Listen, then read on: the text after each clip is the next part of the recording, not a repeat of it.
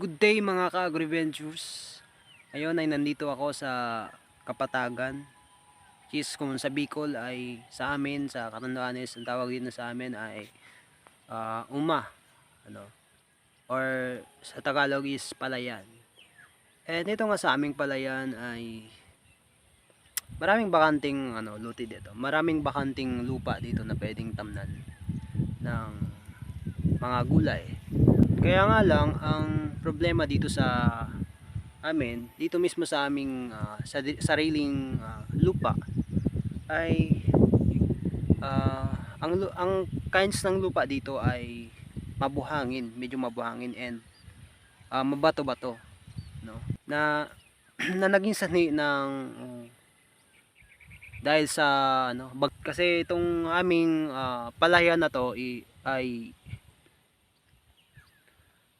talagang daanan talaga ng water irrigations na kung saan kapag dumarating talaga yung mga malalakas na bagyo, amin yung napupuruhan, no?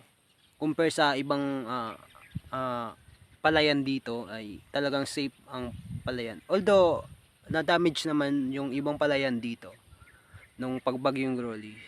Yun nga lang hindi gaano yun sa kanila.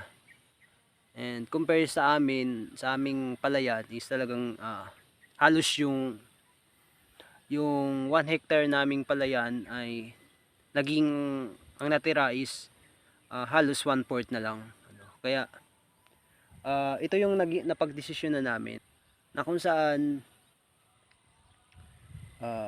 na kahit na mabato or mabuhangin ng aming lupa dito, which is yung hindi na natatamna ng palayan kasi mabato na nga and mabuhangin, ay mas mainam na tamna na lang namin ng mga gulay, ano. And ang tanong kung paano ba ito mapapaganda na gantong uri ng lupa ang aming tatamnan, ano, which is sa gantong uri ng lupa na to is mahirap talaga tamnan ng mga gulay, mahirap palakihin ng gulay dito, ano, na nagiging sanhi ng pagkabansot ng halaman dahil sa kulang sa or hindi maganda yung lupa na pagtatamnan, ano. Can you imagine mabuhangin at mabatong lupa na pagtatamnan mo, ano, talagang ang result ng halaman is pangit din or hindi healthy yung halaman kasi through sandy soils or rocky soils ay madaling nalileach yung mga nutrients, kaya yung halaman ay hindi masyadong nakakakuha ng nutrients sa soil. And ang ating gagawin ngayon is paano ba natin ito masusolusyonan or paano ba natin to mapapa-improve or mai-enhance yung ating soils. Tara, samahan nyo ako sa pagpapaganda ng ating soils. Ito nga pala guys yung palayan namin na kung saan makikita nyo na lang, kakonti na lang, nasa bandang doon sa may pinakang last na lupa namin dito. And yun nga, halos ang natira dyan sa gilid na lang. And ito yung mga na-damage. Yan ang mga weeds. Yan. And may papakita lang po ako sa inyong part ng lupa namin na kung saan halos ito yung naging sanhi ng pagbagyo dito. Makikita nyo, maraming talaga. Maraming rocks kung saan mahirap talagang tamnan dito ng mga halaman. And natry ko na rin tong hukayin, and nakita ko is talagang napakalalim talaga ng pagkatabon ng mga bato na to, and kasama na rin ang buhangin. And kaya kung makikita nyo, napaka pangit ng uri ng soils talaga dito sa amin kasi nandahil sa bagyo. And ngayon nga guys, ang gagawin natin ngayon ay paano ba natin pagagandahin ng soils kahit na mabato or mabahangin ang ating lupa. Yun nga guys, kung mapapansin nyo, may ano na kami dito, may sinisimulan na naming pagandahin yung aming lupa. And, ang katulong ko pala dito sa pagpapaganda namin ng aming lupa is si Mama.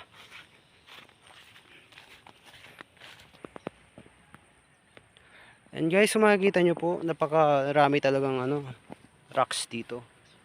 And ito na po yung naumpisahan ko ng pagpapaganda ng lupa. And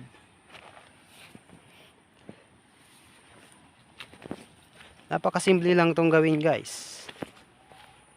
Yan.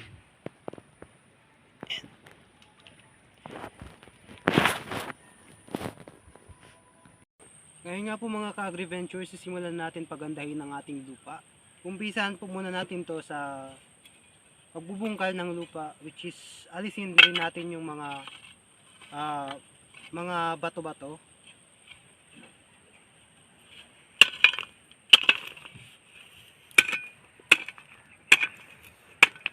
Bali gaganyanin nyo lang po siya guys.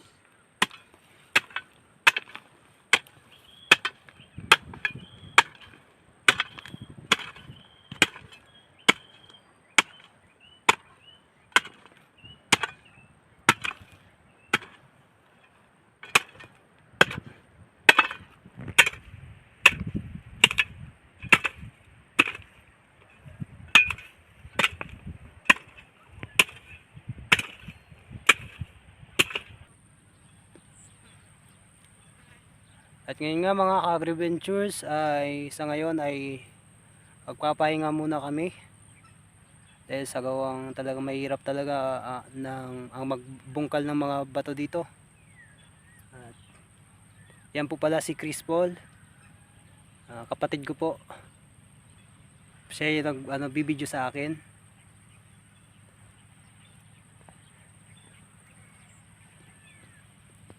Yan guys. Ito nga pala yung aming trabaho na. Yun nga mga ka-agri-ventures, papakita na lang po namin yung natapos naming paggawa nito. So ngayon po nga mga ka-agri-venture, ang susunod po natin gagawin ay lalagyan lang po natin ng organic matter dito po sa aking sa gitna lang po nito. Ito nga po pala mga ka-agri-venture ang gagamitin kong organic matter. Ito po ay balat ng saging, and kayo pong bahala kung ano pong gusto nyong ilagay ng mga nabubulok na mga bagay. Pero kung mayroon po kayong ZRH or carbonized rice hull, much better po 'yon.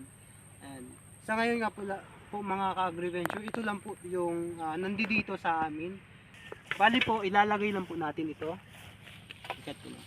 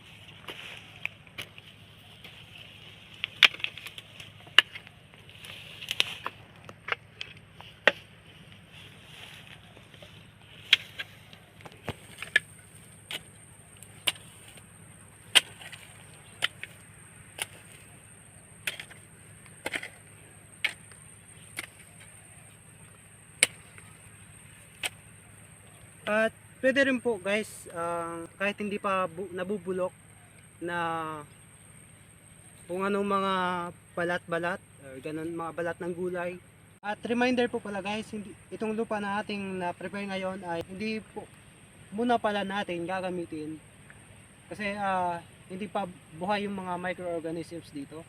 And kailangan po muna natin tong i-stock ng at least 2 weeks bago natin gamitin.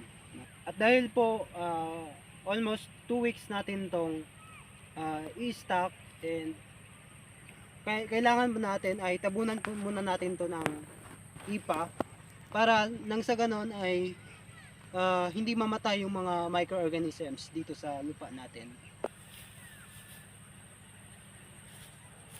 Yung sa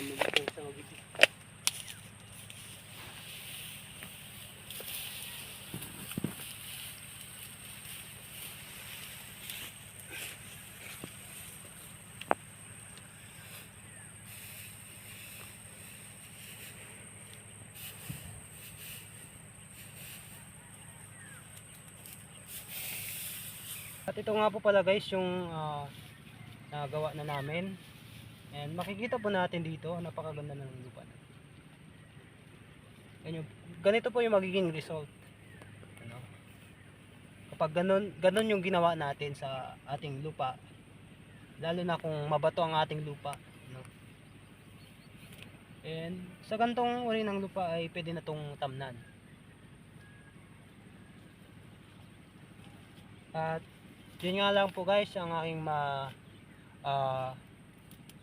i-share ngayon sa vlog na ito, kung paano ba nating pagandahin yung lupa natin. At sana po ay huwag niyo pong kalimutan mag-subscribe sa aking channel at i-like at i-click na rin po ang notification bell para palagi kayong updated sa susunod na video na aking gagawin.